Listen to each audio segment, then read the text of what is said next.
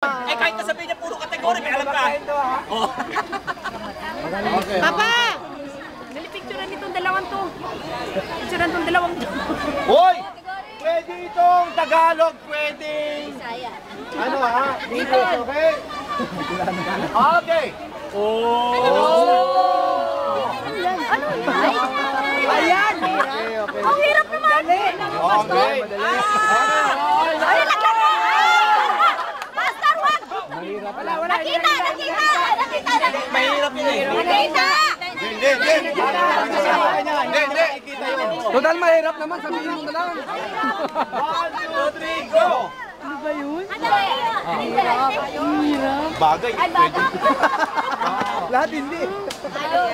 Uyan, uy, mga sister, kain na po kayo ng ringgo. Hadang ngayo, hay todo. Sa labas? Sa labas? Oo, hindi na pwede. Pero nasa loob yan. Nasa loob yan. Sasakyan?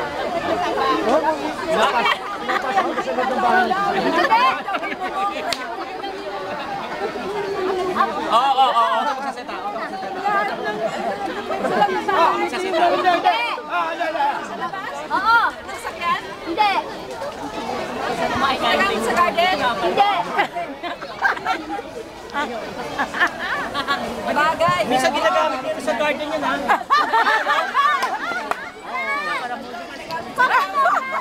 Hindi. Ginagamit sa toilet. Ginagamit sa toilet. Minsan nawawala yan. Oo. Ginagamit sa toilet, pan-display. Tapos nilalagay sa baso.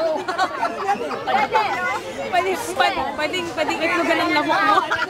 Ano pa lang? Malaking bagay. Malaking bagay ang tao yun. Malaking gamit ano.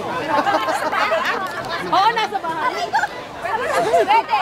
Gamit ang tao yun eh. Ginagamit sa pagkakas. Marami yan sa sementeryo.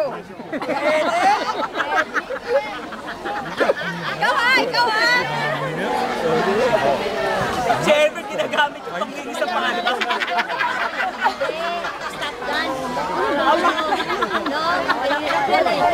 Hoy! Nakipagkwentuhan ka eh! Ito wala to! Nakikipagkwentuhan to!